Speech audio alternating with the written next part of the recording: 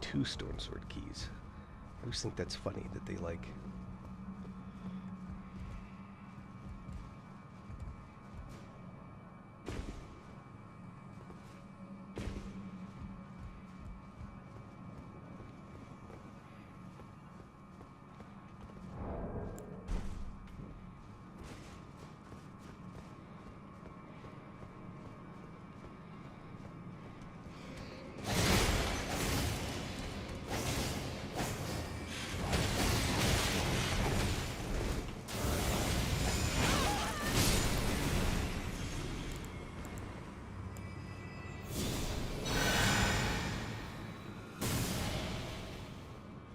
What?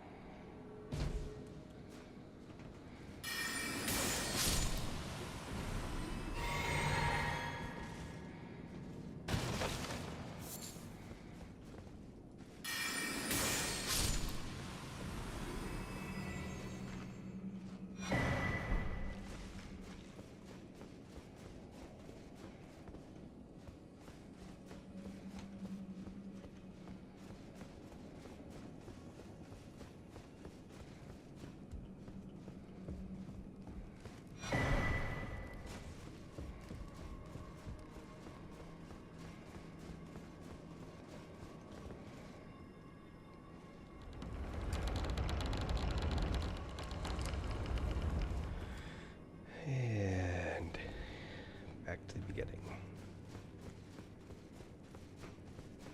Alright, but we have more to do, I think. Let's see.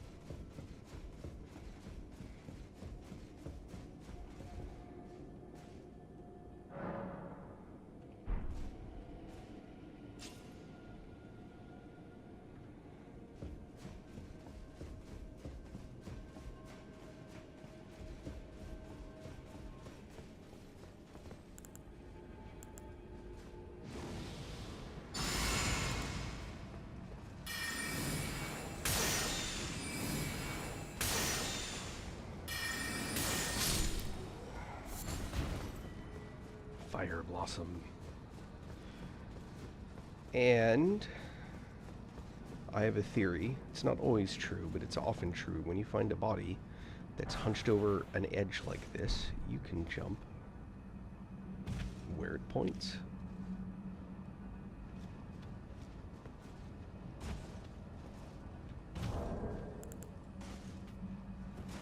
Oh, no, it was right.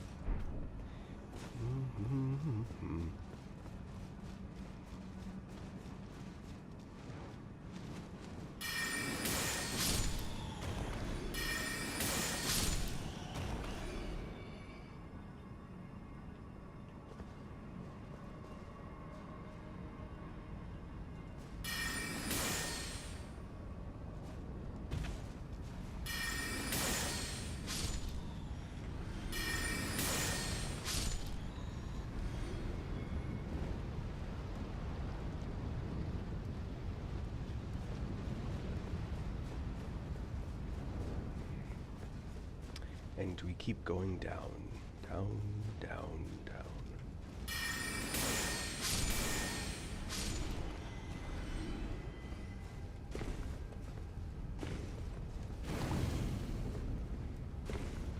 Oh, wait, I have to be careful on this one. I think I've learned this lesson the hard way.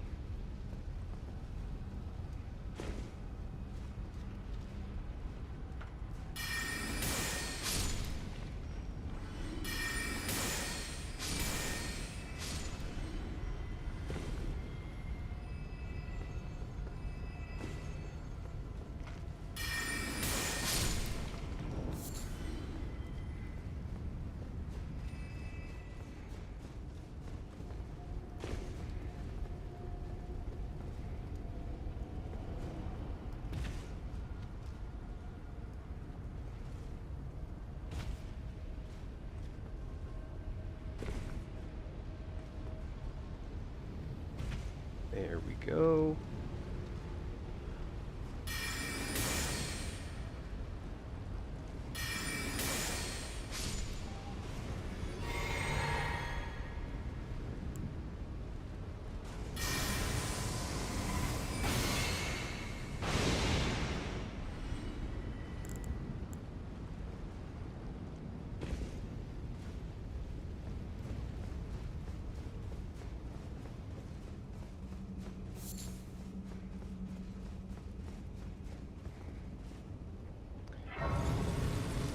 Not very talkative this evening, is anybody? Oh well. Ooh. Ooh.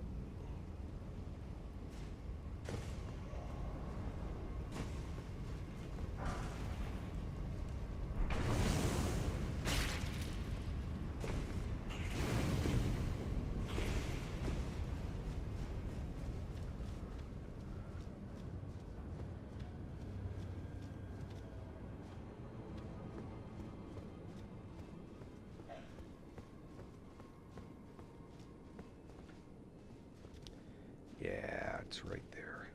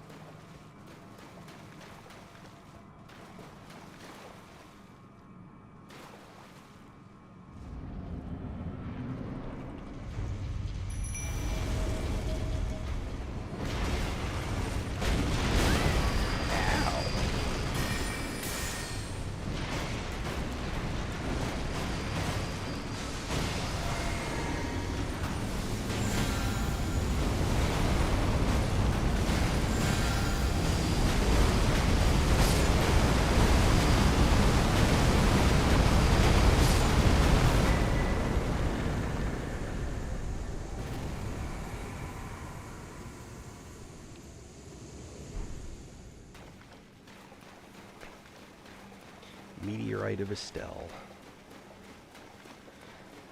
I'm actually wondering if I can use it to beat Reichard's. It's actually what I'm kind of hoping for.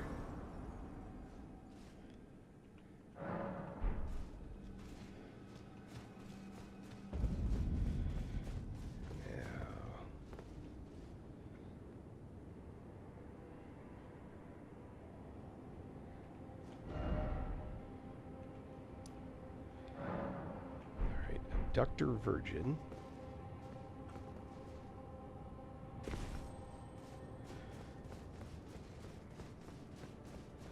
I'm pretty sure that we have not gotten to this one yet.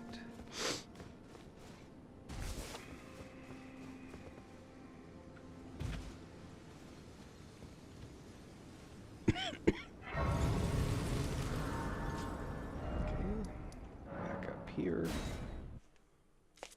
Hey, Thrill.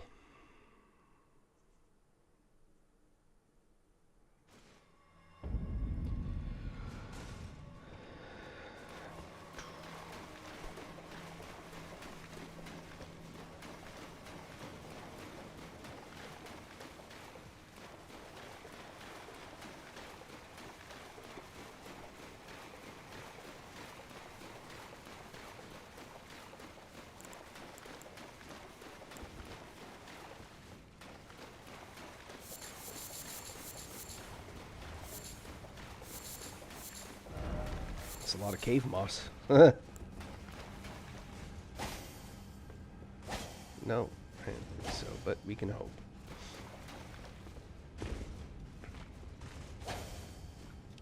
Well, shoot. I thought there was another path to Reichard.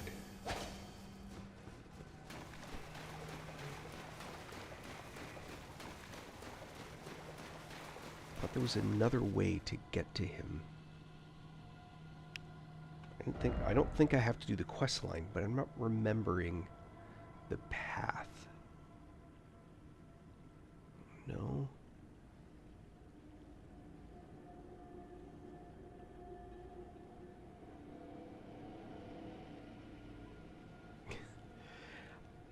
I'm hoping not to have to do the PvP crap. Well, the invasion crap to get to Reichard's. I thought there was a way to do that from down in the lava, but maybe not. Anyone remember? Bueller?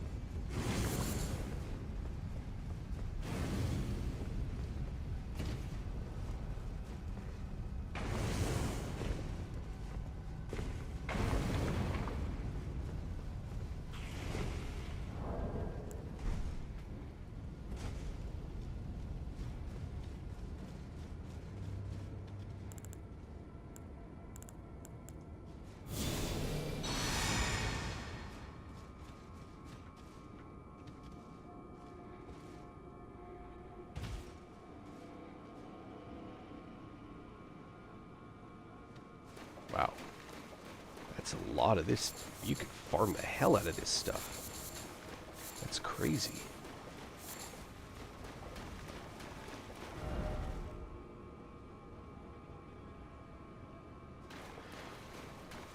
So I've cleared the castle.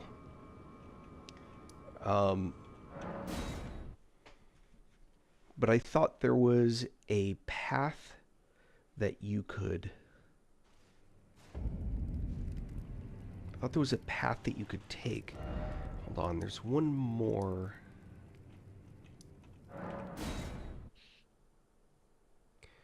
I thought there was another way down. You drop down into it. But it clearly wasn't what I just did.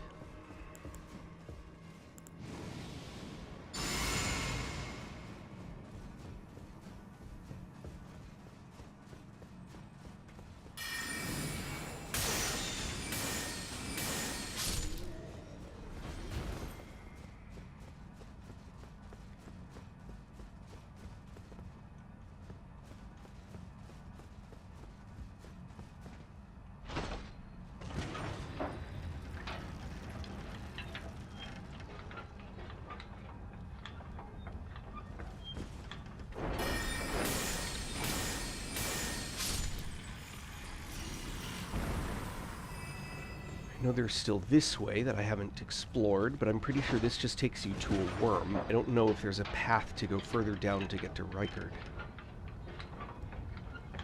I might just have to do the PvP stuff.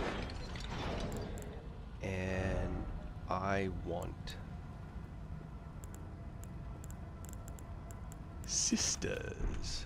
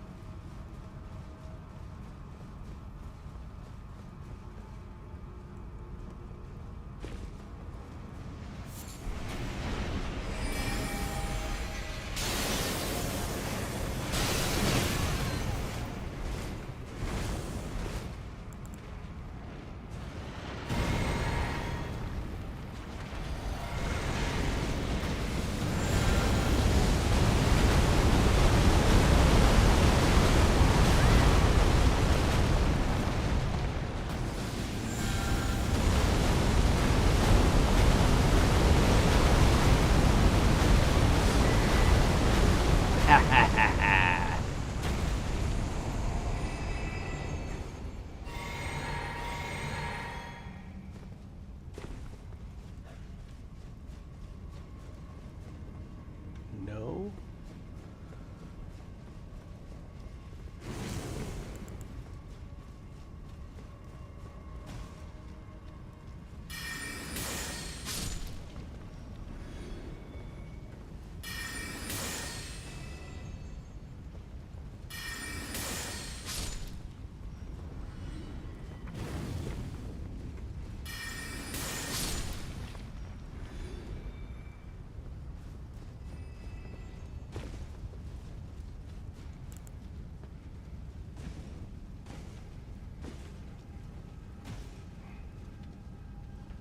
Do not tell me I'm trapped.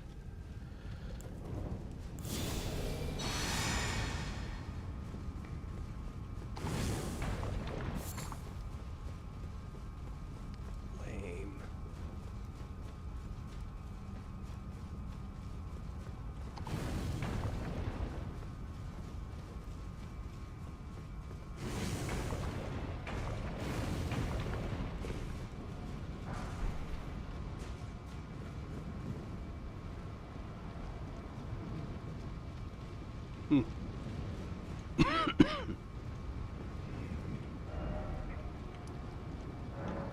Yeah, I'm at a loss.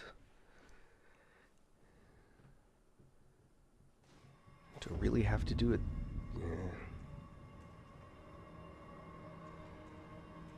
Well, alright. We'll do it the quest way. It's not like I got a lot to do. In that case, we want to go to Tanith.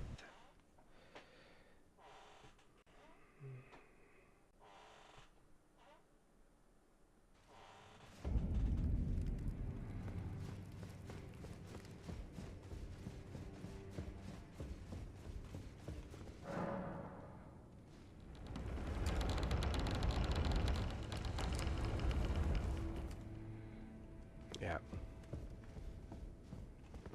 I am under late. Under late. And what in the volcano? I hope you... Well, but no, before you consider...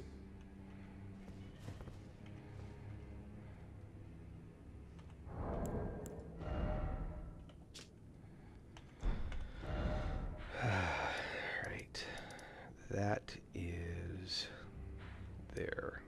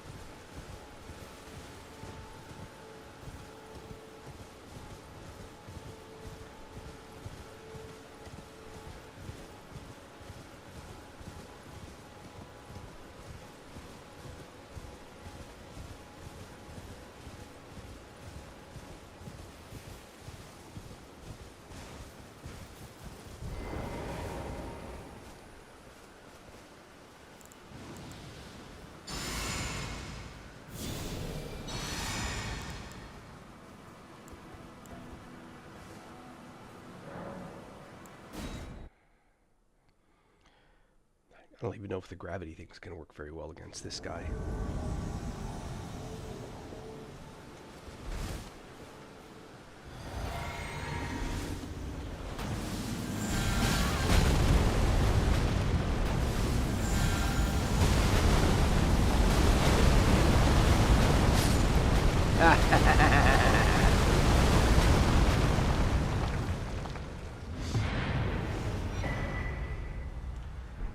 Old Knight Esteban. Wada.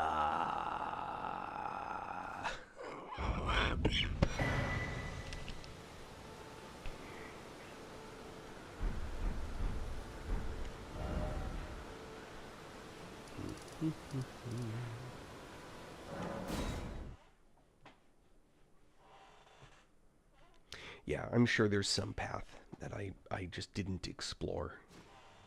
Some secret door or something. It's not a big deal. That is that you will become if you are low, but you must leave. This is a we have no. I am. This is the way. It is the truth. I am.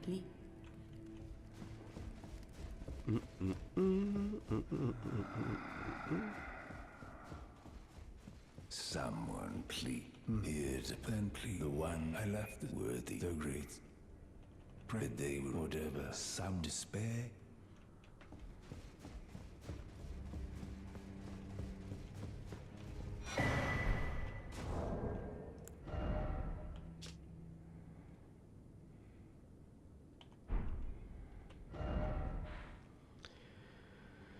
Alright, this one is in an irritating place. Because it's super close and so far away. I have to go all through here. There's actually a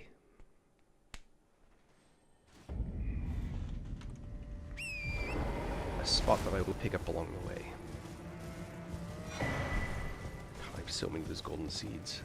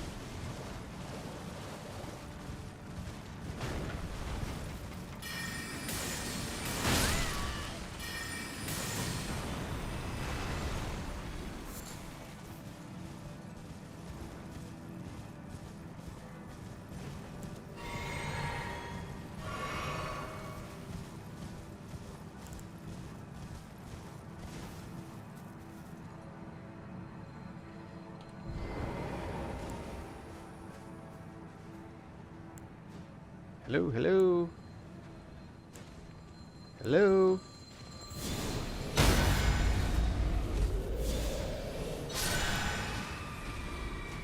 Surprise!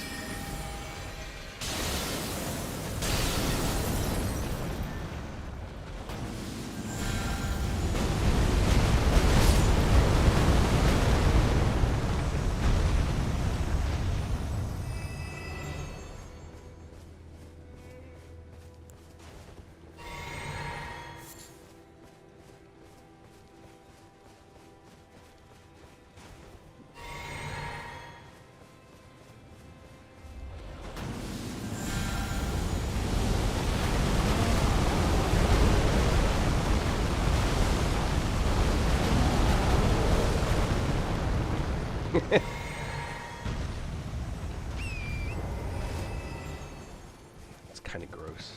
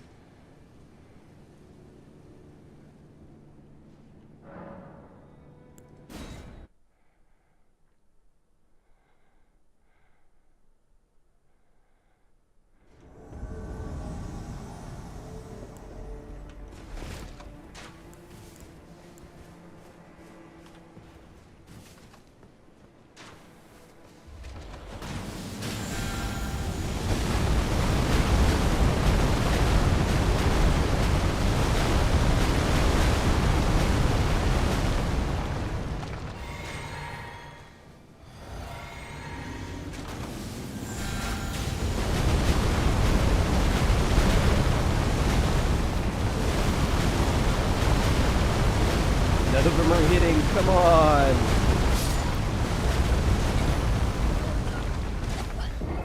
None of them were hitting. What's up with that?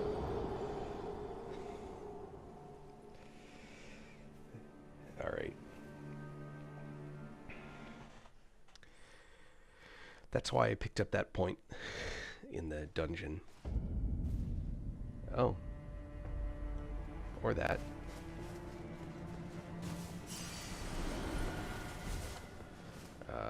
Let's see. So, I'm not going to be fancy at all.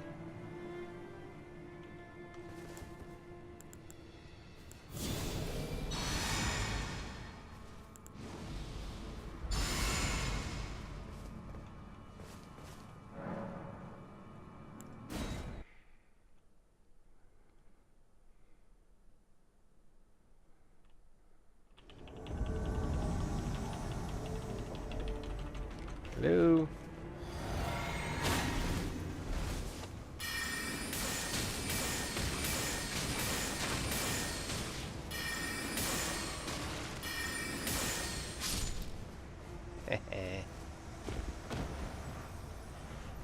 That's more like how it's supposed to go. I get a rune arc too.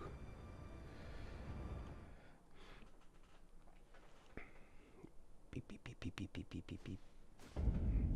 Right.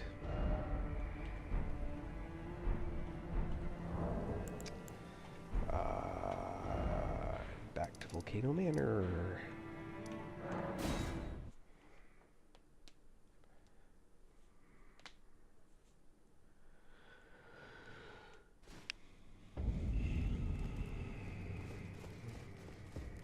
Here is your...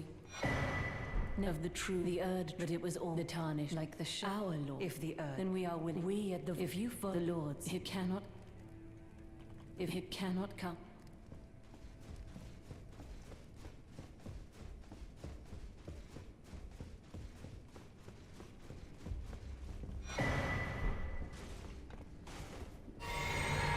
Ah. Tori. Oh, that guy. Meh. All right.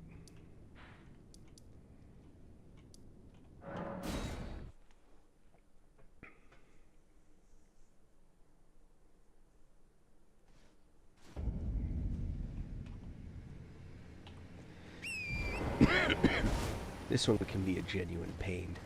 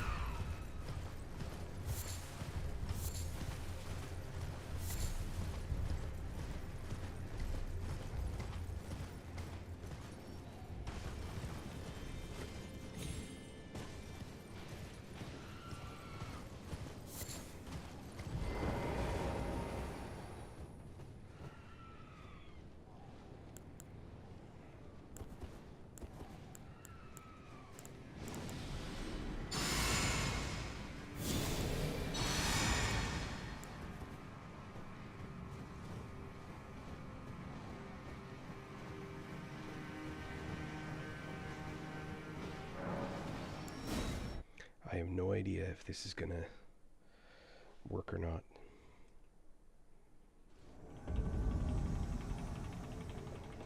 Hello, hello, hello, hello, hello, hello.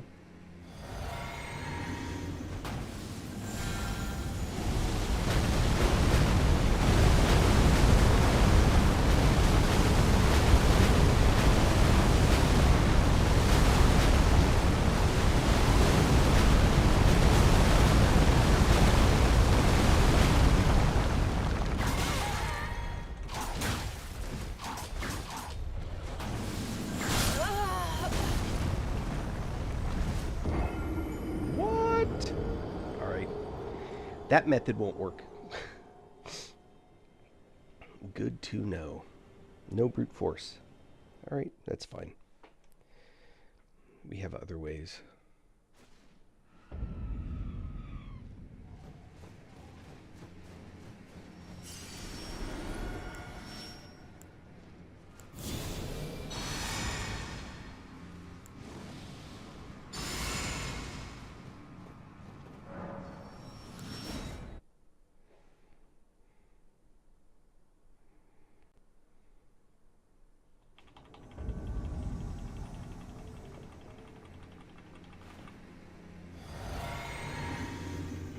Hello, hello.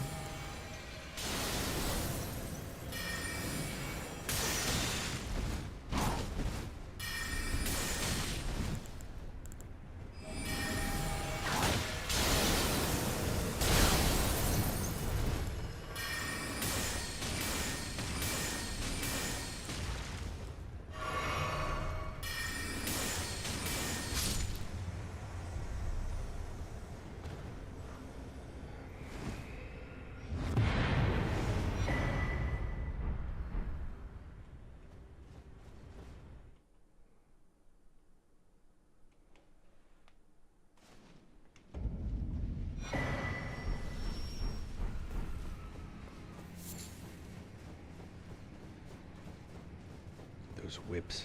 It's... Oof.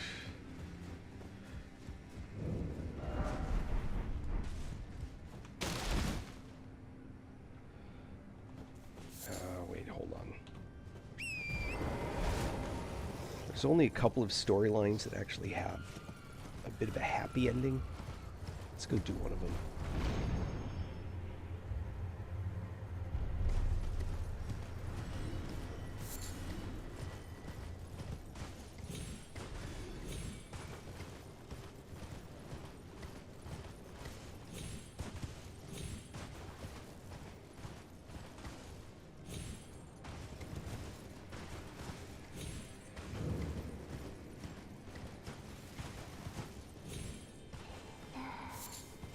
Where did you go?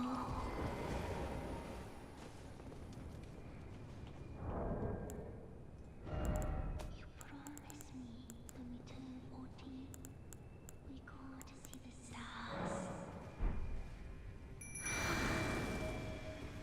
Dear sister, you're finally here. No time to waste. Let's see the stars.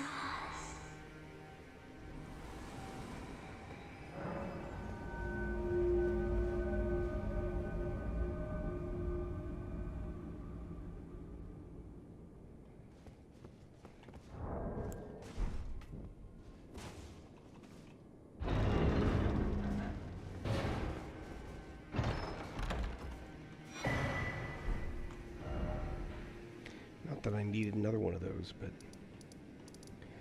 there are so few storylines that just have a happy ending. That's one of the very few.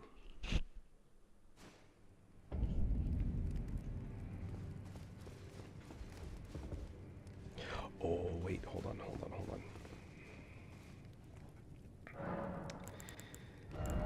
Just in case.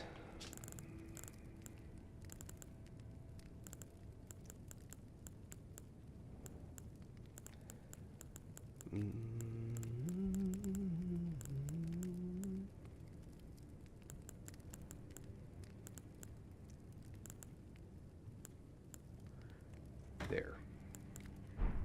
All right.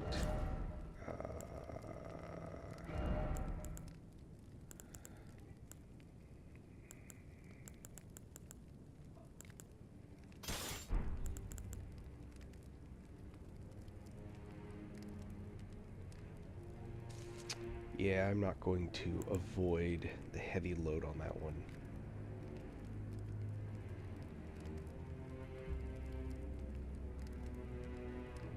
Not and keep this armor. So let's remove some armor.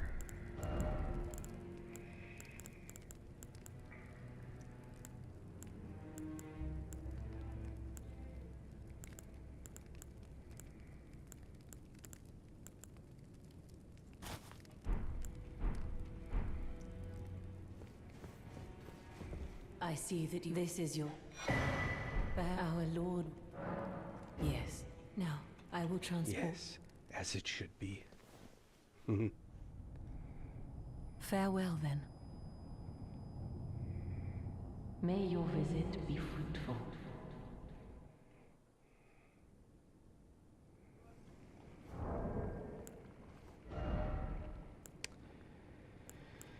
I do not want her. I want Tish. No. Tish is super fragile. I want Dung Eater.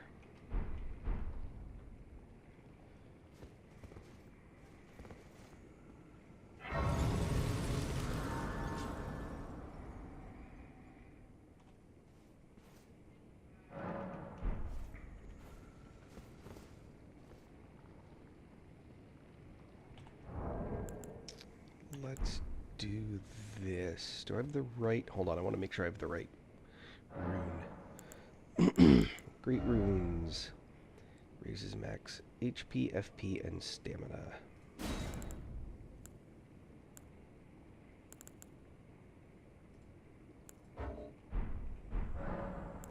Yep, okay.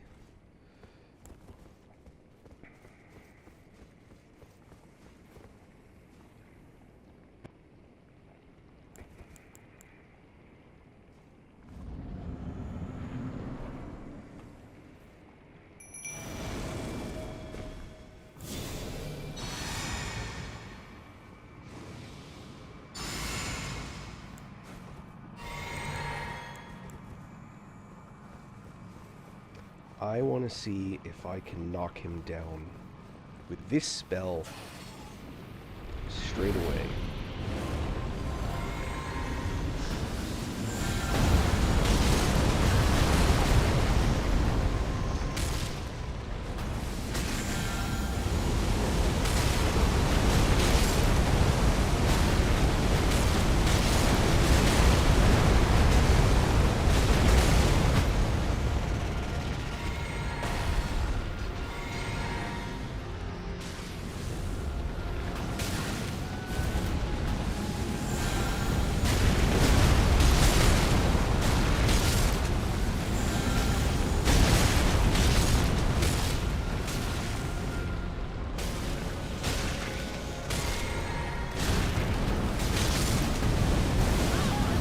Ow, ow.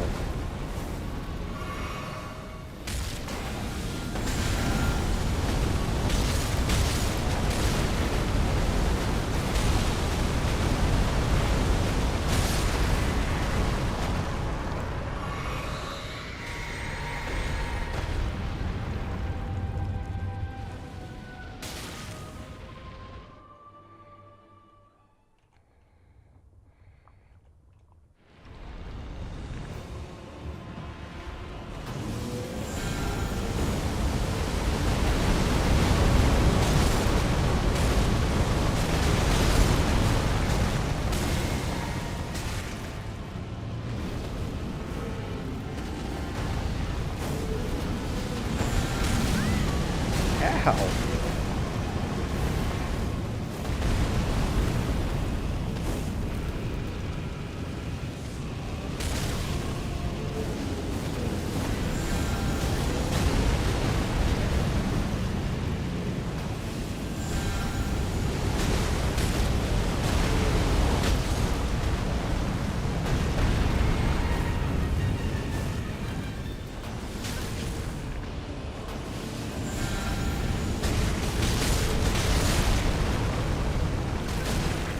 I don't... What's pissing me off is I just keep getting knocked out of my spell, and I don't know why. Maybe that fire, maybe it's the lava on the ground? I don't know.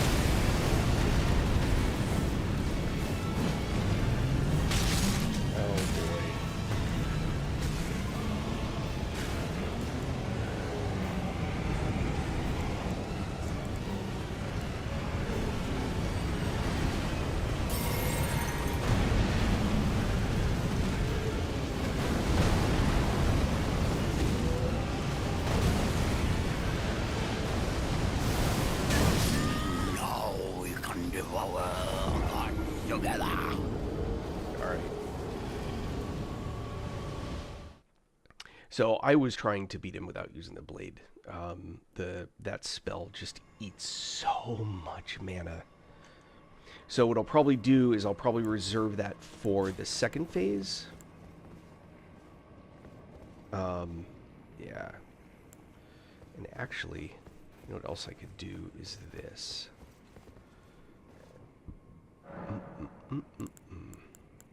Alright, we will do a few things. The first one is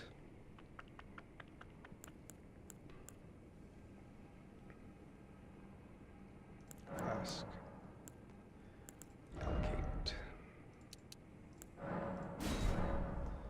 That should help. That's the first thing. The second thing is, do we want Dung Eater? I'm not sure actually that we want Dung Eater. We'll go Telu. He's better at pissing people off. That's the second thing. The third thing, because I'm still going to try and use that spell. The third thing is just get it done.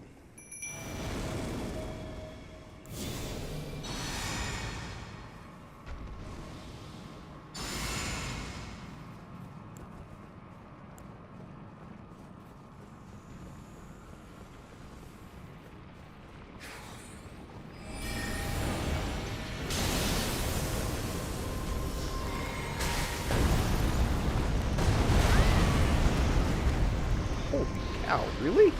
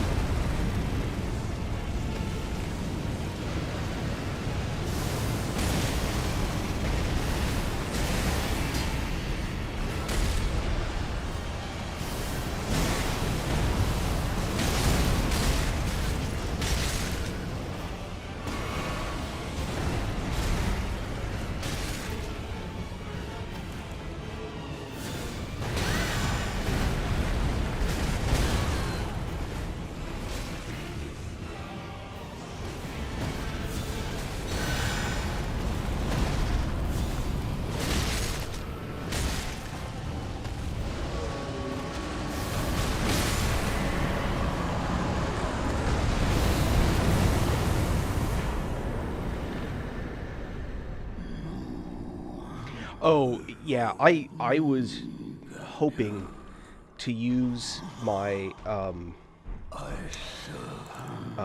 Meteorite of Estelle. That was my plan. But yeah. Thank you, Thrill. That's actually one of the easiest fights in the game, honestly. I know that it's not, I know people struggle with it, but the reason they struggle with it is because they try and like face to face with the thing. And that's the mistake, is that you really don't want to do that, like face to face battle. I made it. I was trying to not use the spear, and then I had to give up. It just wasn't realistic to do the fight without. Anyway, I don't care if she eats him.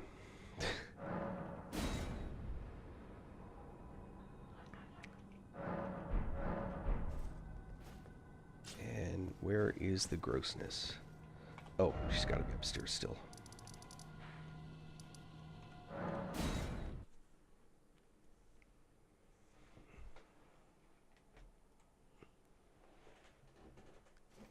Yeah, he's one of the easiest bosses. One of the easiest of the, like, big giant effect bosses. It's true. No defeat until then. I suggest I will miss these. The champion. I always. All right.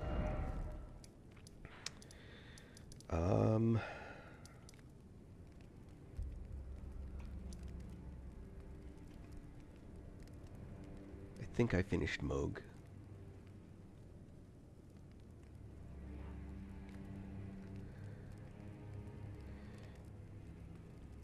So, Nick. Radon has a few strange quirks that happen in the fight. You have to be prepared for those specifically. Let me give you one of the most important things that seems trivial. And that's this. There is an item you get when you beat the sunflower boss called the Broken Rune of America or something. That is clickable, and you need it in the fight in case in phase 2 you get picked up and what's her name whispers in your ear and you get the thing over your head. You use that item to get rid of it. If she whispers at you again, it's instant death. So I've only died to that 1 or 2 times, but they're usually when I'm doing really well. So that's the first thing. The second thing is it depends on how you're trying to beat him. So if you summon the helpers, each helper gives him another 100% hit points. So if you're relying on them to do extra damage, you're also giving him extra hit points.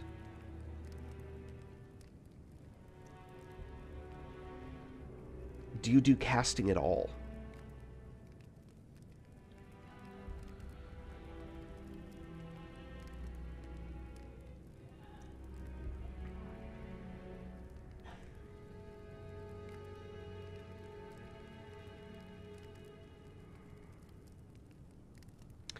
Okay, so Stars of Ruin, that is... Hold on, let me think.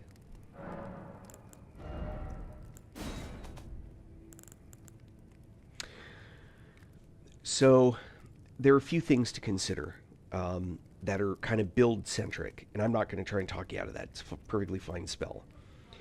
The first thing to consider is that if in order to get the damage cranked up, you need to use this. Remember that you're removing your own damage negation. So he's going to do more damage to you. That's the first thing. The second thing is it's a good spell to push him out of phase 1. But I think... Oh, this is a quest item. If you've... Did you already beat the Elden Lord?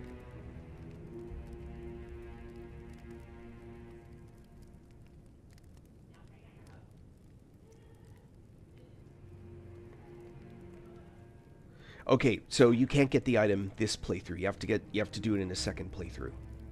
So, did you do Ronnie's quest line?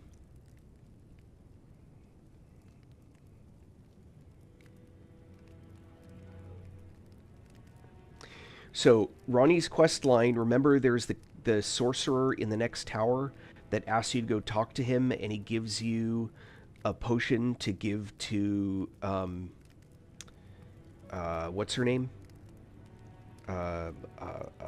Nefali Lu or whatever. You have to do his quest line the way he wants you to do it, and your reward is that item. I didn't get it until like my 4th playthrough, because I don't like doing that quest line. It's dirty. So that item's off the table, just FYI.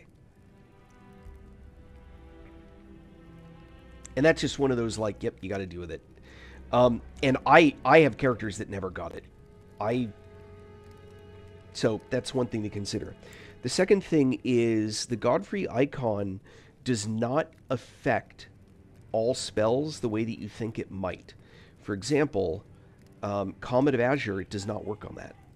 It's not considered a charge, even though it's not a charged spell. It's just, it casts. And so this one, Godfrey icon, doesn't actually do you any good. So, step 1, summoning helpers, which you can do. He will pay attention to them, which gives you a chance to cast more spells on him. But they also increase his hit points, so it's a trade-off. You got to decide which is more important. It's the first thing. Second thing, who you summon may make a big difference. If this is your first playthrough, I'd go get Telu.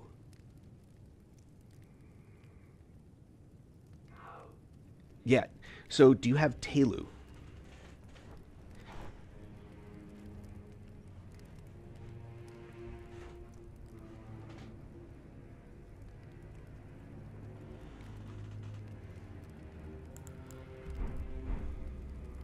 Okay, so Telu is this one right here. Telu the Golem Smith. And you get him... Hold on. I have not been to the DLC yet, so... Alright, Telu is a special summon. He is... Okay, I did beat this one. I'm Leda. Touch the way to the realm. I can pick like us if you can find. I will not be.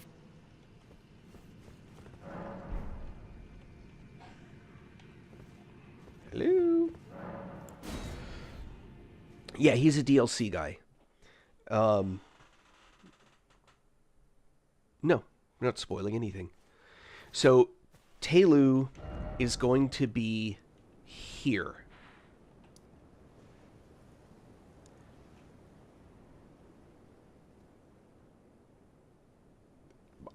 This is one, if you've been spending 6 months trying to beat Radahn, help should be welcome.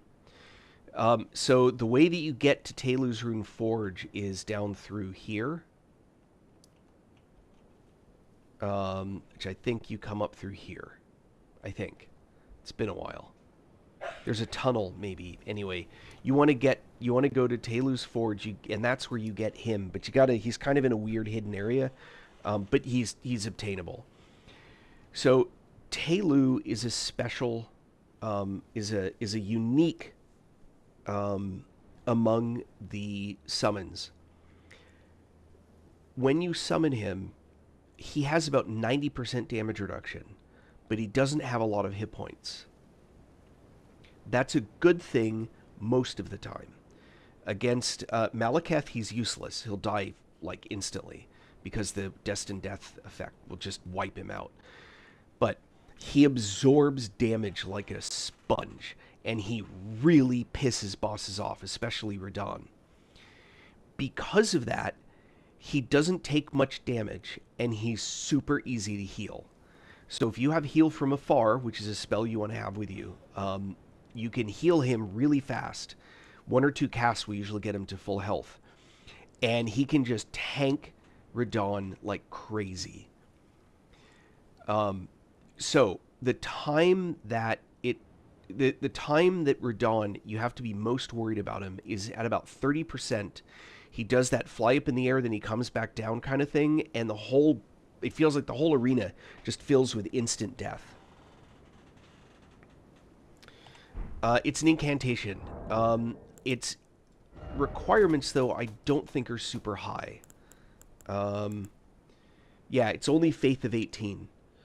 It's this one, Heal from Afar, and it's a DLC spell as well. You want this. I mean, it'll heal you a ton of health. And Telu, for that matter. But this is one that's worth having. If you've picked it up, again, another DLC item, there's a staff called Staff of the Great Beyond. This will cast both incantations and spells, sorceries. But if you're reliant on casting, you said you're an int caster, you're using Stars of Ruin, what staff are you using, typically? And actually, what level are you?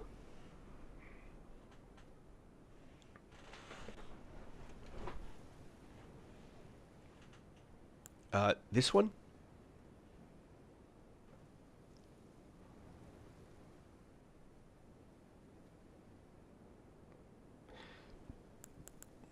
Okay, first off, I would not use Lusat's staff. I know people love the extra damage it does. It eats all your damn FP. That's just an opinion. I just don't think it's worth it. I think you're much better off using Carian Regal Scepter. Look, people use it successfully, so don't get me wrong. And you don't want to use it offhand. Offhand, it will not improve your damage. It'll just take your mana away. By the way, in case you didn't know that. Ironically, that the opposite's true with Azure's Glintstone Staff. Offhand, Azure's actually still does its advantage. But that's a whole different thing. So Carian Regal Scepter is, if you have your int maxed out, Carian Regal Scepter is, in my opinion, probably the best staff if you just don't have any faith. If you have high faith as well as high int, then Prince of Death Staff is better. See how its sorcery scaling is 430? That's better than the 373 you'll get from the Carian Regal Scepter. 362 is what you'll get from Azure's. And I don't have Lusat's amped up. I might... Hold on, let me get to a place to check my inventory.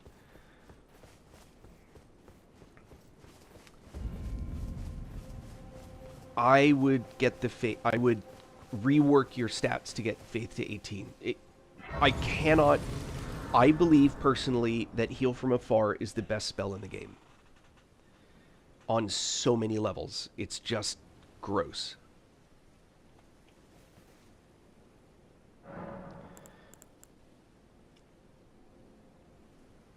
It'll heal you for more than half your bar for a relatively small amount of FP.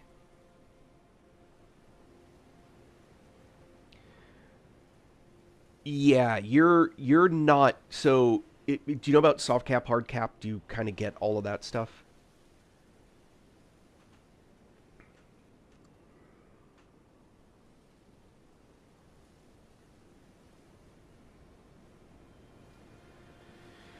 Depends. So, there's a concept called diminishing returns. Is that familiar to you? It's okay if it is, it's okay if it's not. I'll explain it if you don't know what it is. If you do, then I'll just use the term. Okay, diminishing returns is the idea that if you keep putting effort into something, you're getting less and less back. So if you...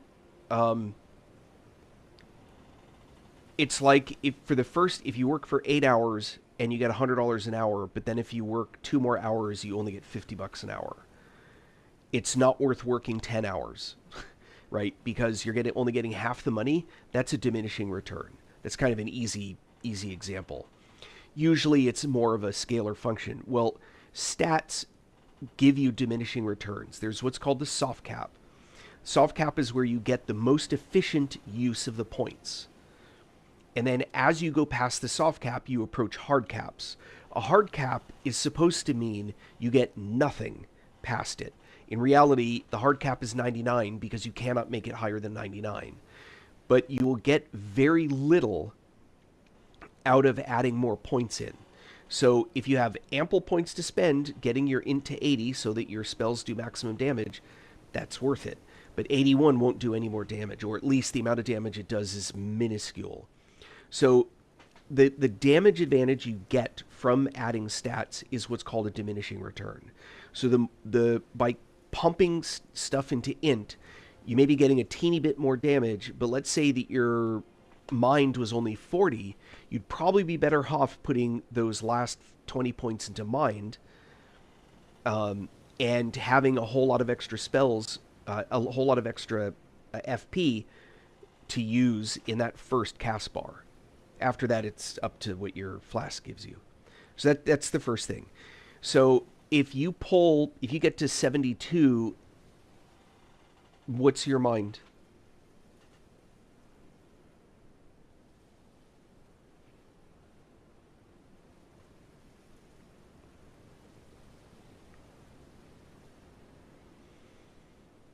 when you use, if you're empty and you use a flask, does it fill it completely?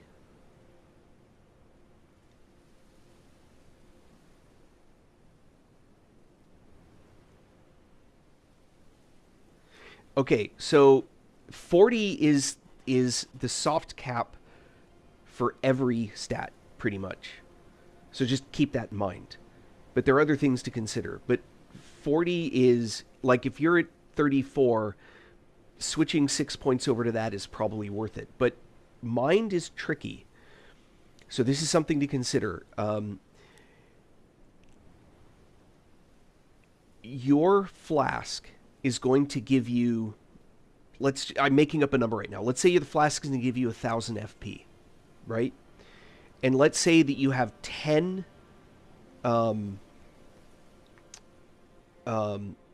charges in your flask. That means that as long as you have at least 1,000 FP in your bar, right? If you have 1,000 FP in your bar, so let's say that 30 int gives you 1,000 FP. Again, I'm making up numbers, but I'm just explaining a concept, right? So let's say 30 gets you 1,000 FP. That means that if you have 30 int, you start with a full bar. Okay, so you use 0 flasks. You spend 1,000 FP, then you use a flask. You get another 1,000. Use a flask. You get another 1,000. And da da da da da da da. When that's done, you will have spent 1,000 plus 10 times 1,000. So 11,000 total FP between your flasks and your bar. Now let's say that instead you have 80 int. So your bar is 2,000. Again, I'm making up numbers, but the point is there. So at 80 you get 2,000 FP. So first you spend 2,000, and then 1,000, then 1,000, then 1,000, then 1,000. So instead of 11,000, you get 12,000. Int, once your FP bar is past the point that your flask will fill it up. And there's a little wiggle room, right? Because you never really run out of mana. You always have a little bit left. But for argument's sake, we'll pretend that you always end up at 0. Your mana bar is only going to give you an additional N mana, a chunk of mana, based on what's in it after, what's in it regardless of the flask. So if the flask only fills it to 85%, you're only actually adding that much more after flask use. Does that make sense?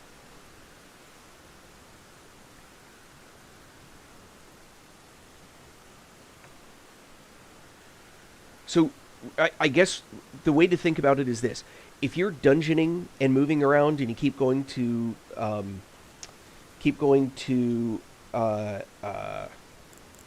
grace sites and you keep kind of resetting and resetting, FP is really helpful. Having a higher mind.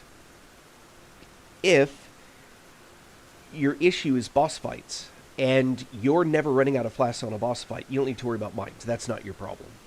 As long as you have enough mind for your flask to fill the bar to 99.9%. You don't want to ever, obviously you're wasting it if your bar, like if you're filling it a huge amount and your bar's that big, then it's wasted, right? So you want to really get it up. So that's the first thing one of the things to consider when you're deciding how to do stats. I think my first playthrough, I left my FP on 40 and my my FP was 40 and my vigor, like even now my vigor's only 60, it's not 80. Because if I go from 60 to 80, I go from like 1900 hit points to like 2100 hit points. It's worth it, but it's not really worth it. Obviously I'm high enough level that I have crazy stats.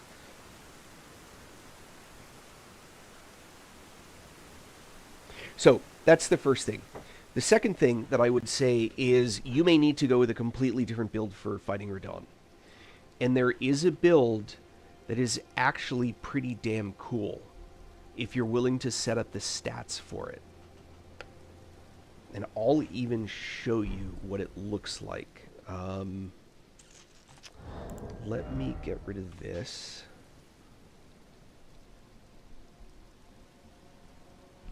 Yeah, that's because I'm almost 400 level. So, all right, let me take a step back. So that the first thing to consider is if you want to do it with the build that you have, right? Then you have to decide whether or not a particular spell is of great use.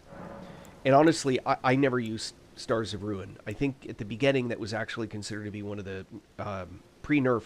That spell was ridiculous, and I think they nerfed it. Let me see something real quick.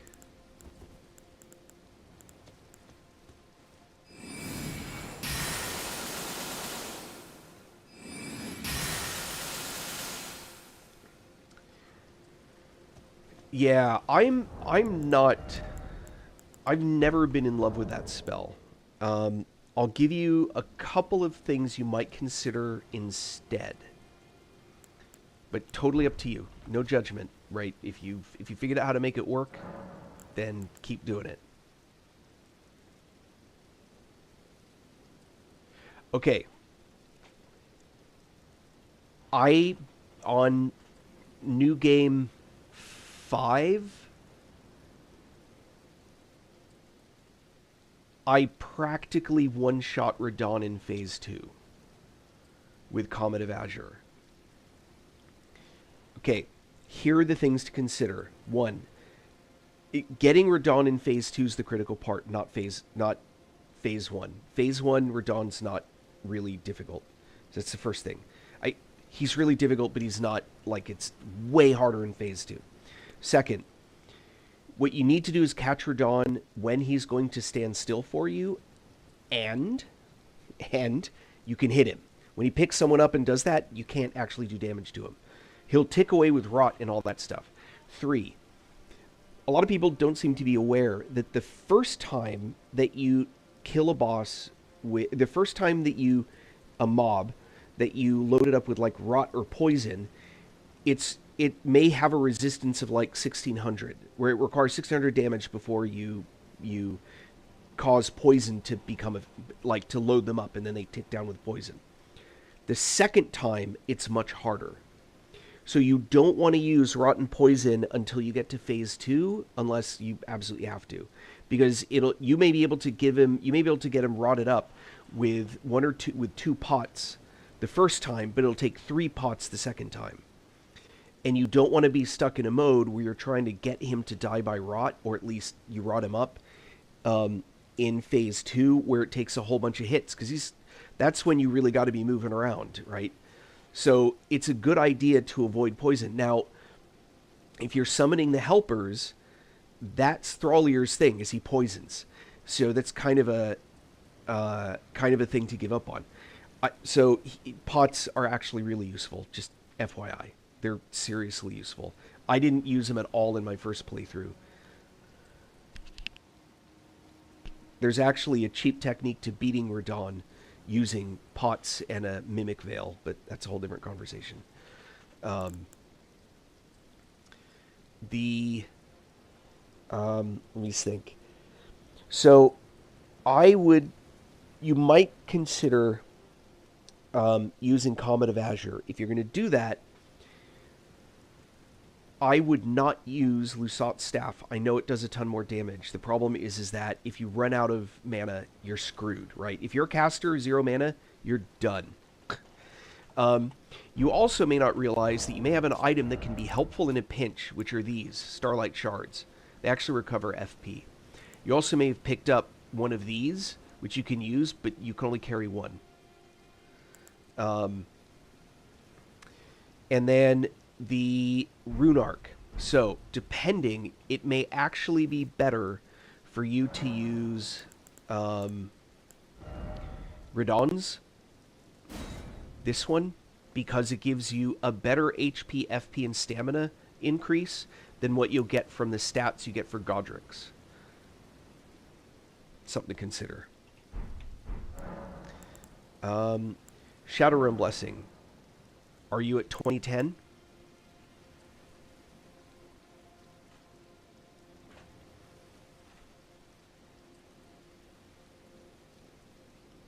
Okay, you need to go find the rest of those and get to 2010. So your automatic... Okay, well, all right, that's pretty good. If you can find the last of them, that's a good idea, but that's not absolutely necessary. The advantage is you're actually weaker until you get these. And by the way, the Revered Spirit Ash, that's actually your summons are weaker because you don't have 10. But 19.9 is actually pretty damn good, so I wouldn't sweat that too much. Okay, spell-wise. I prefer this, Shard Spiral. Especially against big bodies, but it's still a pretty damn cool spell. Oh, here, So what's cool about it is you have two things that hit. And as it goes... Okay, 19 and 9 is probably okay. So as that goes through the body of the boss, it goes chunk, chunk, chunk, chunk, chunk, chunk, chunk, chunk, chunk, and it keeps hitting and hitting and hitting and hitting. So it's nice because the range is pretty good and you can hit... it'll keep hitting over and over and over again. So it's good for chunking a boss. Let's see, what else?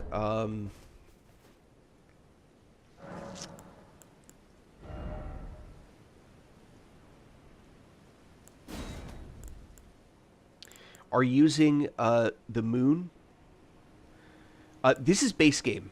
The Spiral is base game. I don't remember precisely where. I'd have to look it up. Do you use Ronnie's Dark Moon? Right. So, do you use 2 staves?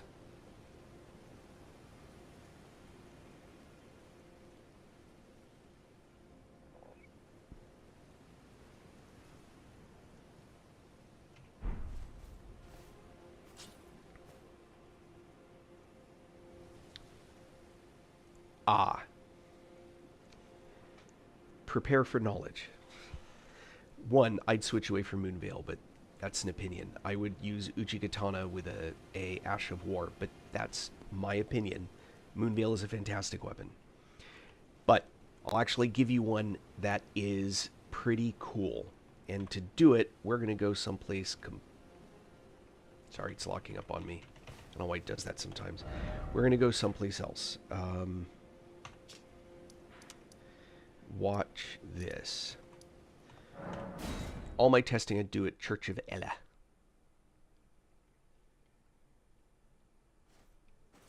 Okay, so...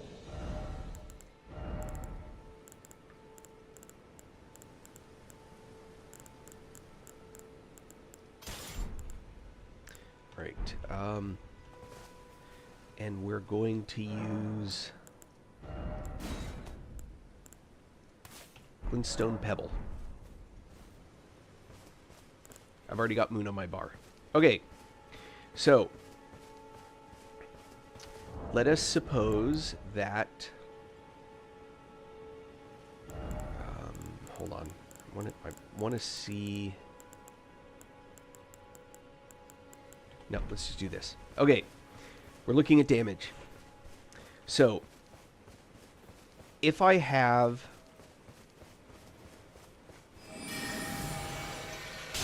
Moon without the offhand, 1856. I put this sword offhand, or excuse me, put that staff offhand, 2028. But why, you might ask?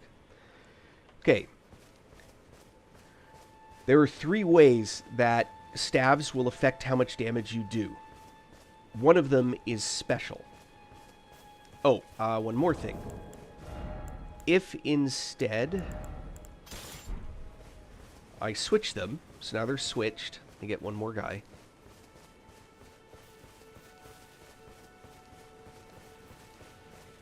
And to be clear, I'm using my main hand to cast. I'm not using my offhand.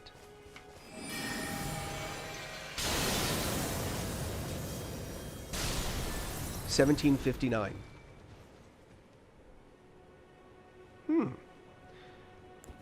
If I don't have that staff offhand, I'll explain. I'm just kind of showing you the data points. 1759. Same damage, whether or not I have that staff offhand. Okay. Why? Let me go back to the church.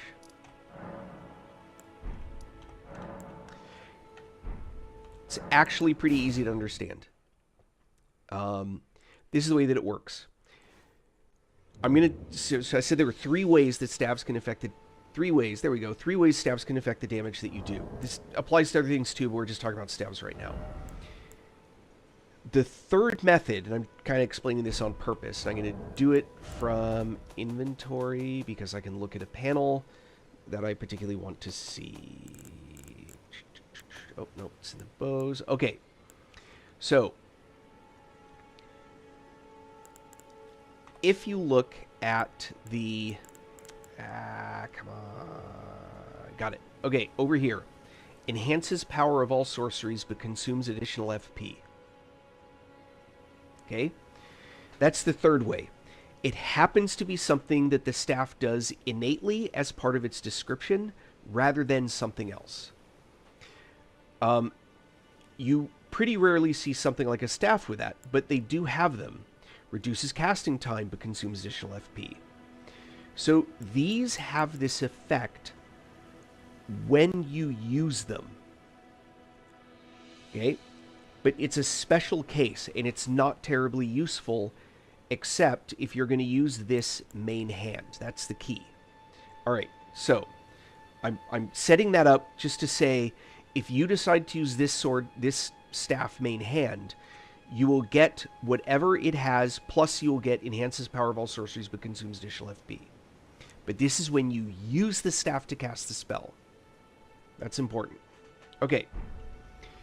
The other 2 ways, the first and the second way.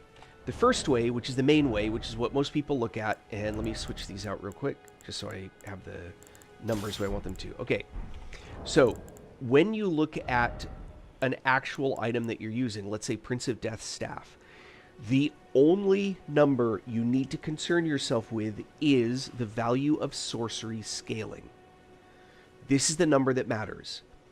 The higher the number, the more damage it does.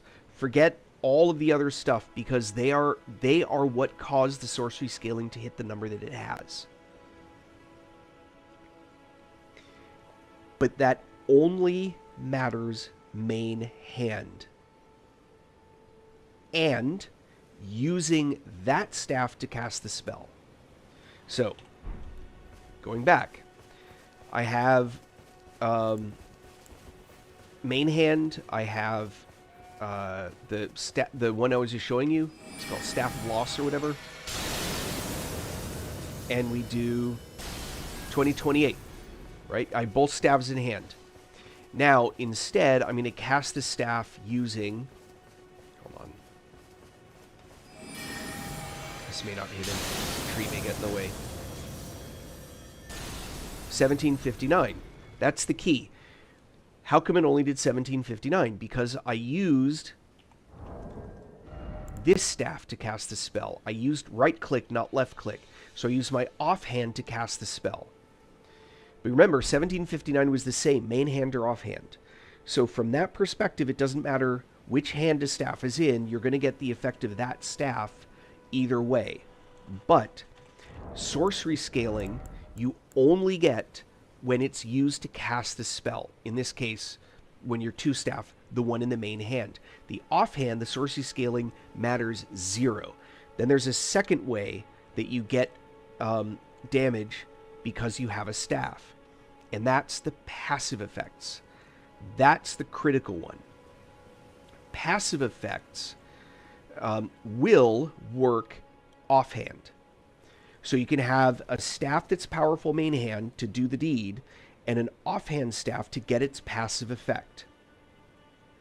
That's why when I only had the Prince of Death staff, it was like 19 whatever. And when I switched to having this offhand, it went to 20 whatever. Because this specifically empowers full moon sorcery.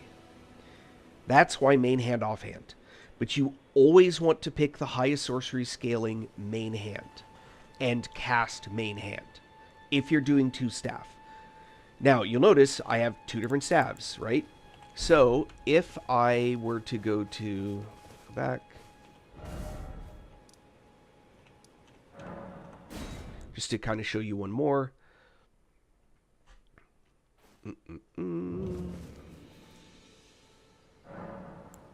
Actually, I have to be careful which gravity spell I use.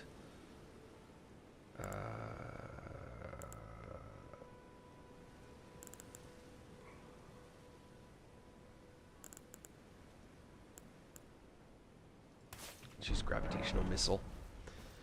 I don't particularly like this spell, but that's not what matters. So, main hand, Staff of Loss, offhand, Renalia's staff, right?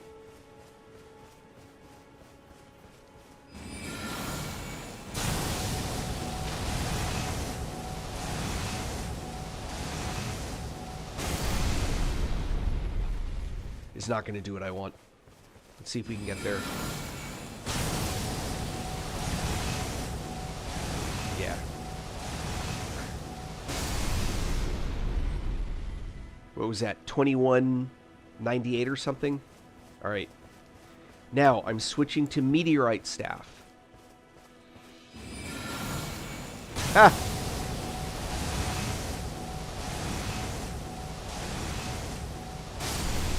$23.61 because Meteorite Staff enhances. Woo, oh, I almost had it. Gravity Sorcery. So you can carry multiple staves offhand. So when I use whatever gravity spell, and then if I switch to moons, I can do this, and I can switch these back and forth. So that's the two-handed staff thing. It's not always worth it. But if you do, that's the advantage. Now, in order to know which one you should use, sorcery scaling, more sorcery scaling versus less, you just come out and you test, right? So for Dark Moon, which one's going to do more damage? Well, we already know it's going to be the sorcery scaling on Prince of Death's staff is bigger than the full moon sorcery plus 373. You're better off with the 430. So, just kind of to wrap that up in a package. That's one thing to consider between those two. Now, another thing to consider is you should make sure you're using a weapon, like a sword, for example, that has synergy with the other stuff that you have. So, if the weapon that you're using doesn't have any synergy with your spells, sometimes it's unavoidable. But if you're amping magic damage, then you should use a sword that specifically does damage. A weapon that does magic damage that's amped by it. And that actually is where this build that I'm using comes from. Wing of Estelle is a magic damage build. And so I get... I'll just go into one of these guys. Wing of Estelle gets its damage from magic. Now, the staff I have offhand won't matter, right? So for that, I sit there. Wing of Estelle you should be able to get. You should have been where it is. So there are two different effects Wing of Estelle will give you. That's one of them. And notice this does not use FP. And this is the actual skill.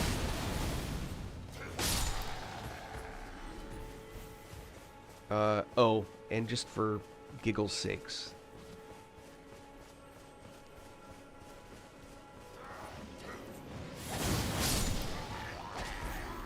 Wing of Estelle's... This was designed around it. But Wing of Estelle, you should be able to go get immediately.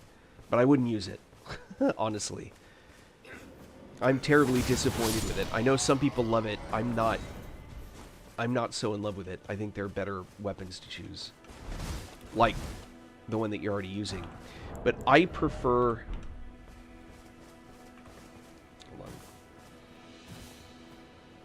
Come on. I'm old. My fingers don't do what I tell them to do.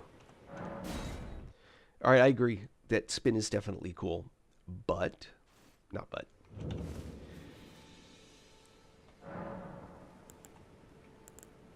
Let's see. If you pick up something like Uchi Katana...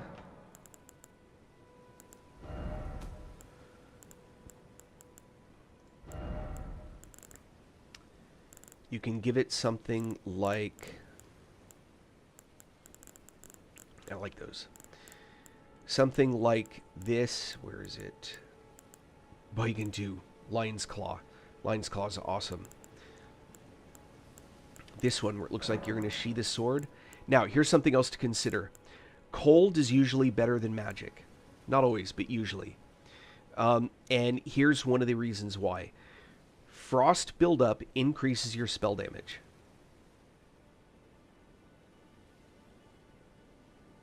Let me say it again. Frost effect increases your spell damage. Your magic damage. No, it doesn't do enough damage for that. That's why you use Moon. Moon itself does decent damage, and you can use it from far away. But most importantly, it puts 2 debuffs on the boss. It puts a magic debuff that Moon comes inherently. It also builds up Frost, and if you can get it to build up enough, you'll also put the Frost effect on the boss. But you can make it a cold weapon, and that gives you Frost buildup and blood loss.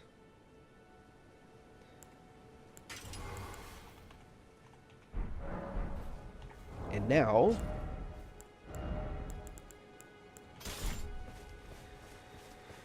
the attack is like that, which is very similar. There's no big fancy effect. However, of course I'm just going to kill him in one shot. But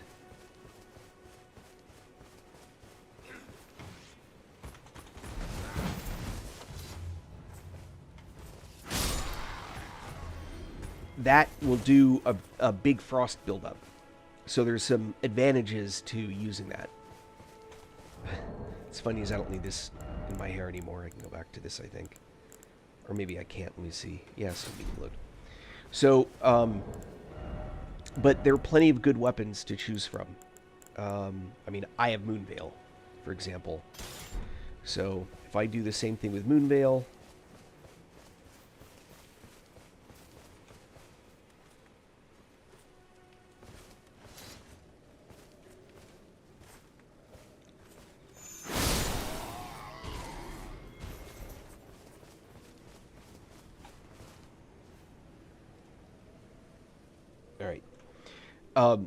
So, yeah, I'm just not a fan of those types of effects. If you're going to go that route, I think you're... Yeah, well, feel free. But let me give you a possible alternative to consider. I was not going to want to do this build in the DLC anyway. So, watch what I do.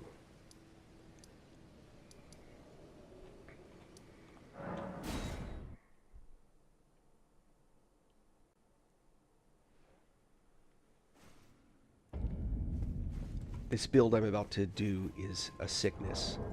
Alright, here's what I'm going to do.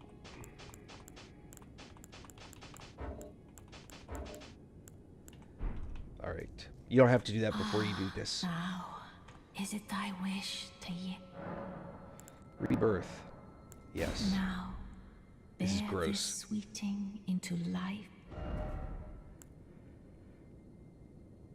Oh, you've been playing with it too much. Alright, well, I can't help you with that one. You're going to have to go find some. Alright, so... Remember when I told you there's a hard cap of 80? Or 80 is often considered to be the hard cap? Endurance is the one place where that is not at all true. Max equipment load actually keeps going up by a decent amount. And that is the highest that you can get your max equipment load is with this 99 endurance. That's capped. The only thing you do is add items that increase endurance, but besides that. So we're going to go 60. And we're going to go 40. And we're going to go 80. And we're going to go 80. Again, I have plenty of points to play with. I know you can't do the same thing. And I'm going to get this up quite a bit. Oh, hold on. I want to get these up high enough.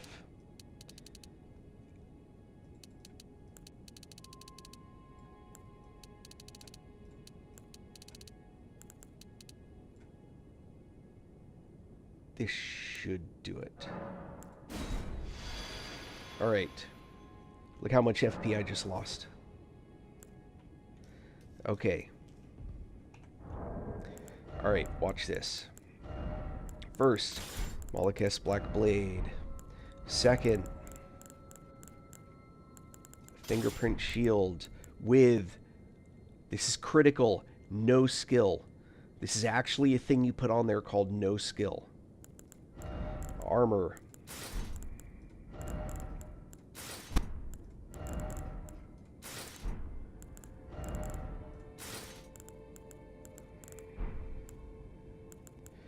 And there is no way to avoid heavy load with this sword.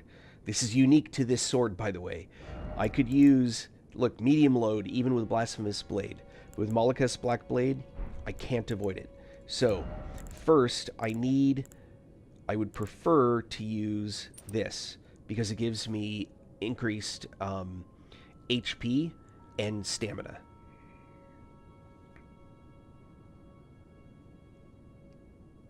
So, first change. Second, damage reduction. Third,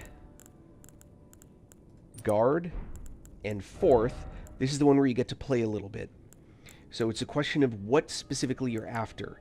In this case, I might do, for example, Pearl Drake to reduce damage. But for the moment, I'm actually going to go with faster casting, because I'm still going to have spells that I use. Oh, and I want to have... Now, this also becomes, and this is something you can test, right? Golden Order Seal versus Erdtree Seal. See how Erdtree is 353 and this is 332? Erdtree is going to be the better choice because my int is not as high as it was before. And that gets me that. Now I need to redo my spells. That's easy. And I'm going to show you one of the most powerful spells in the game besides Heal from Afar. Golden Vow, definitely want those. I can't do any of these anymore. But I do want Blessing of the Erdtree because regen is a critical part of this build. Bum, bum, bum, bum. There you go. Now, for damage spells, we want to have, of course, Golden Lightning Fortification. Not Golden Lightning Fortification. What's it called? That one. Okay. Now, here's when you're thinking about what spells to have. Knight's Lightning Spear is just an excellent bread and butter incantation. And then, where is it? Oh, here we go. Pest Thread Spears, one of the best spells in the game.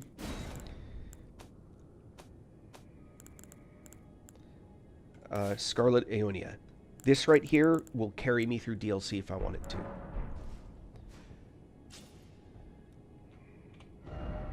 And it's the 99 that lets me be medium load.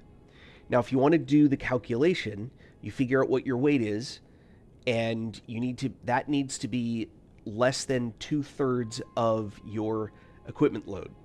So if you have different equipment, you can actually calculate what you need your equipment load to be.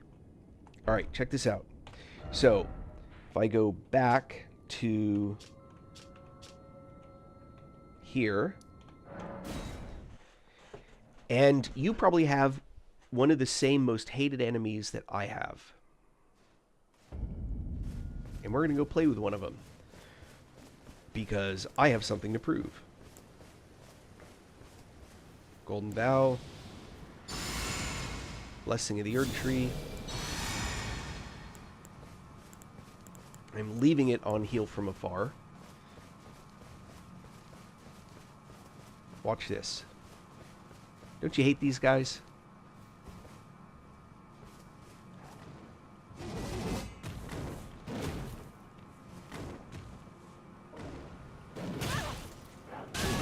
Oh, all right. Grab attacks don't. The shield doesn't work against them. That was my stupid.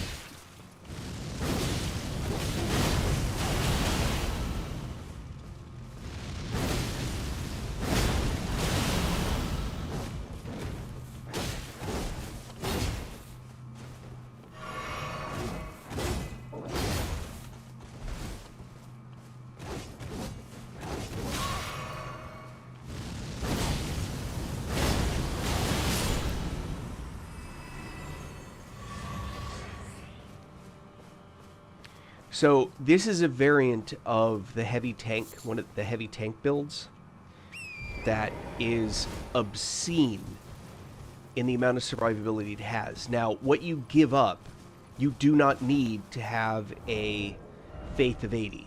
That's a bonus for being high level. If you get your... and you may not need 99 on your endurance. You might be able to get away with 90. I'd have to do the actual calculation. As long as you're willing to use Erdtree's favor. But the survivability of this build is obscene. That's not the way I want to go. Seriously, it really is gross. Obviously, there's not much that you can do against the Wicker Men, those guys up ahead. No amount of this is going to survive that. Colossal creatures tend to break your shield automatically. But did you do the Madness boss too? That one's crazy.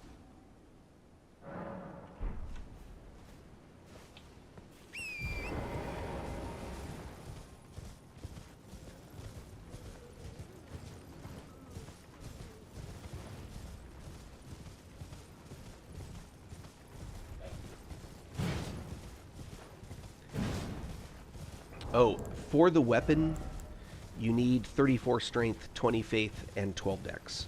You don't need 80 strength. I'm just using that to increase my damage output.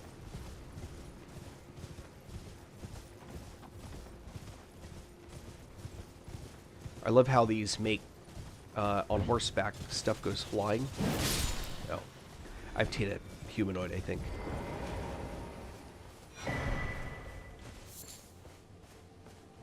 Then was understand the Erdtree, I believe, but never. You're that time I am afraid in battle. Oh, did you speak to our dour little friend? If you've yet, you'll find more. Assuming you.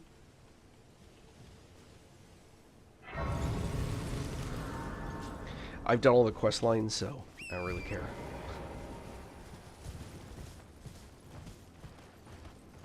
And this is Moore's armor.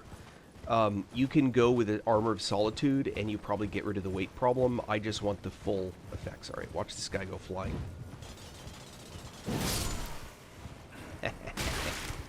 He hit me with a rock.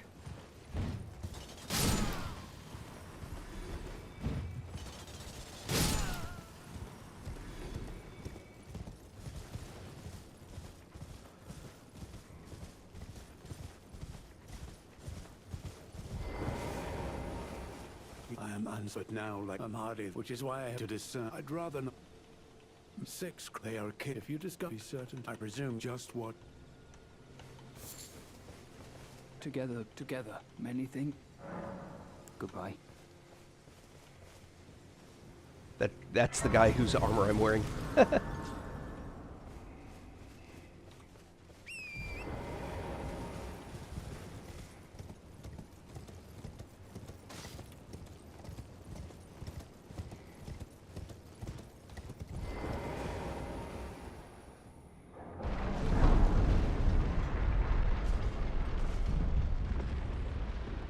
So the beauty of these like heavy armor builds is there's a whole bunch of stuff that you just don't care about anymore. Again, being level ridiculous is also helpful, and a big part of it too.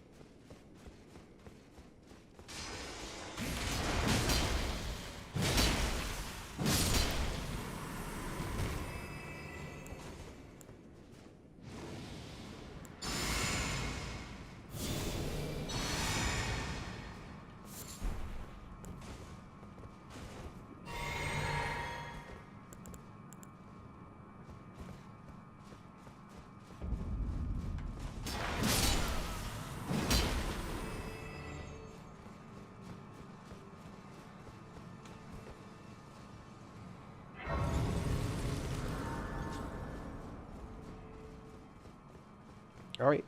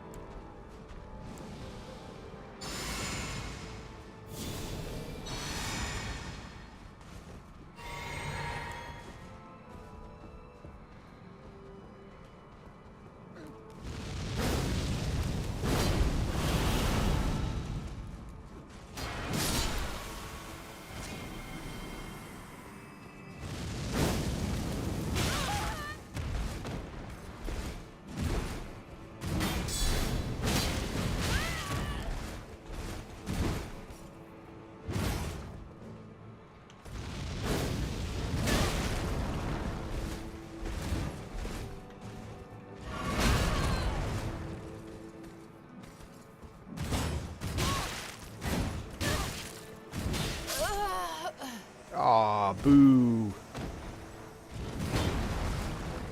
Got my timing all wrong on that one. All right. Tighten up the screws. And what else? Let's remove that.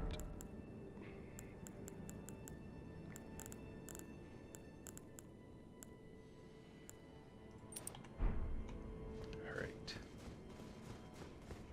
Whoop.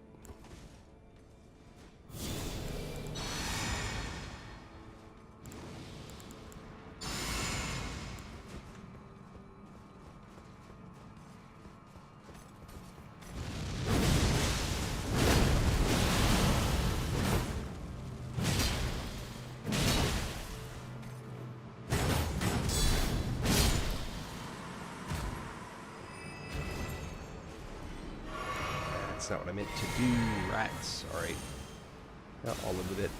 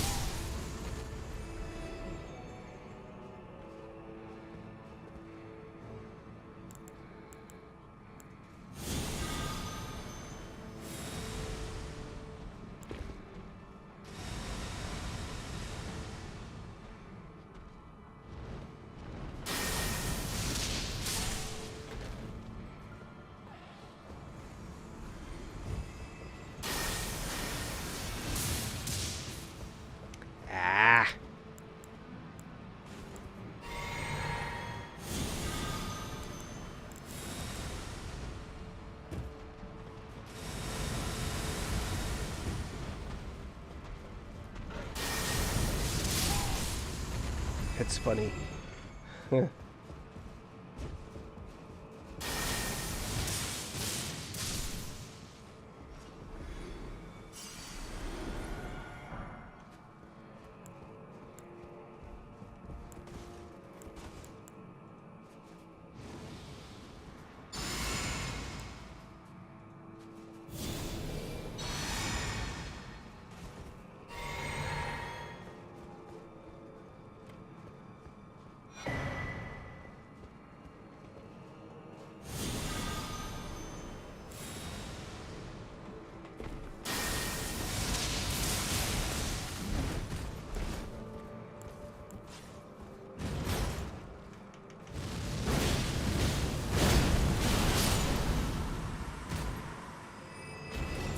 Those guys are tough.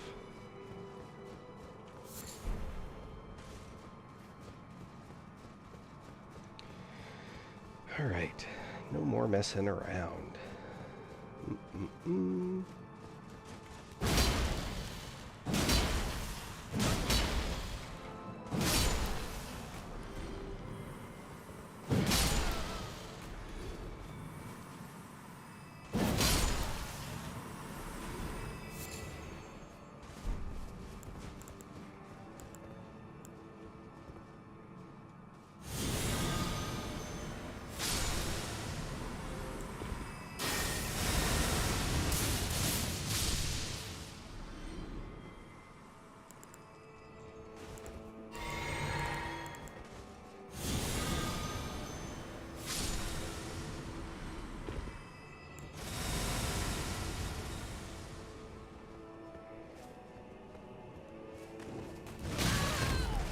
Yow.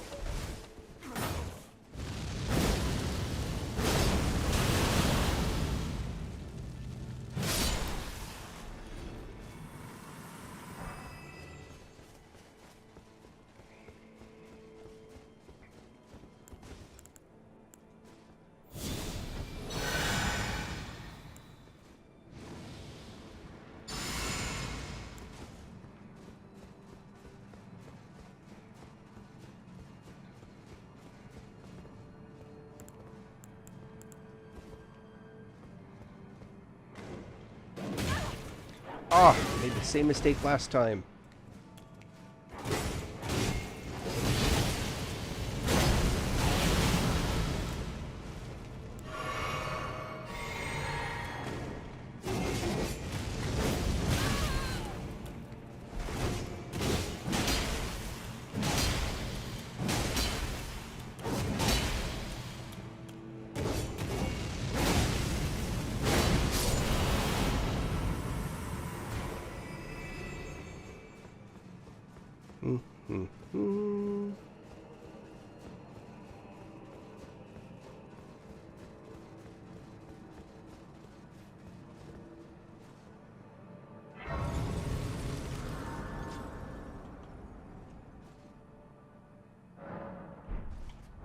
Alright.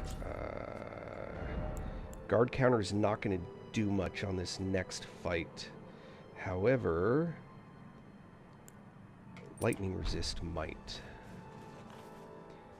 And sure, I'll take Frey as a helper. But do I want Telu? No. I want a Mimic. So one of the things about this build is it's one of the only builds that if two of you is truly an upgrade. There are lots of builds where a second one of you is definitely helpful, but it's not like really, really a hardcore upgrade. But in this case, it absolutely is.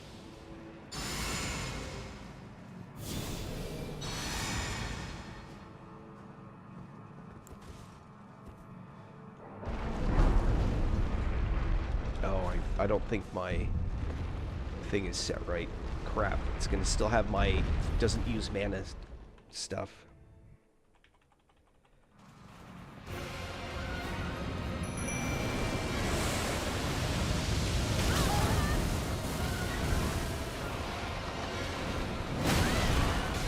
Holy cow.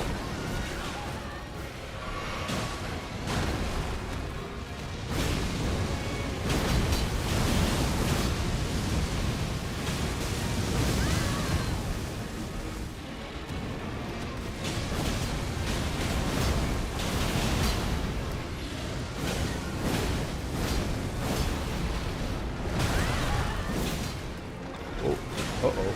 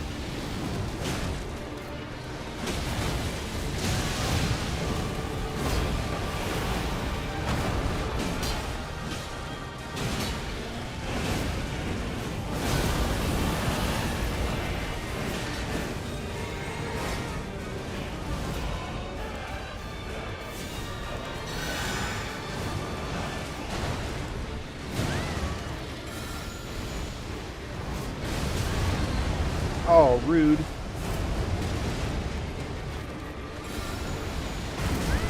Oh, would you stop?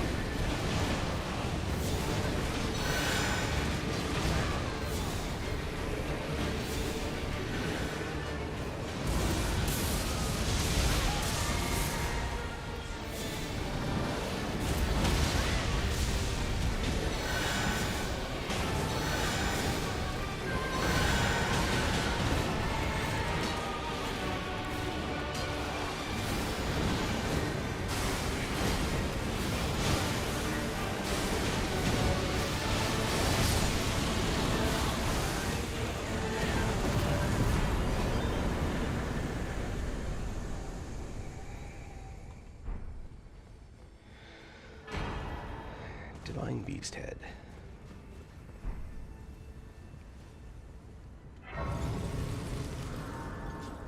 And now for actually one of the more irritating things in this game.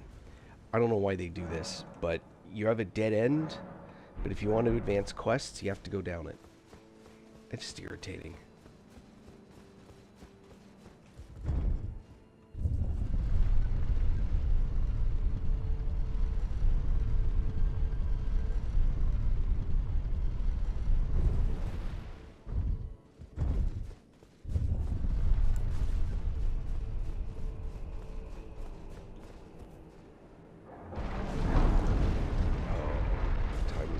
Yeah, it's pumpkin time.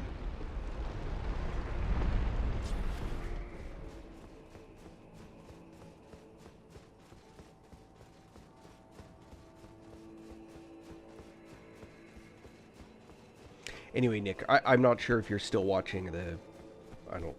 Anyway, if you are, it's very discouraging, I know. I spent a long time the first time around on Millennia. There's just no two ways about it. It's just frustrating. Hold on.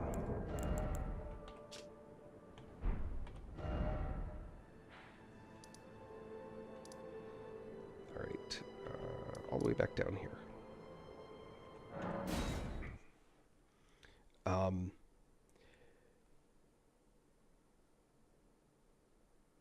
Tightening down the screws on any build, it doesn't matter what it is, so that there's a sanity to the whole thing can really help. So this, using the fingerprint shield with a no skill on it, is what lets me hold the shield up and then click into this effect. Right? If I didn't have that, I couldn't do that. I'd have to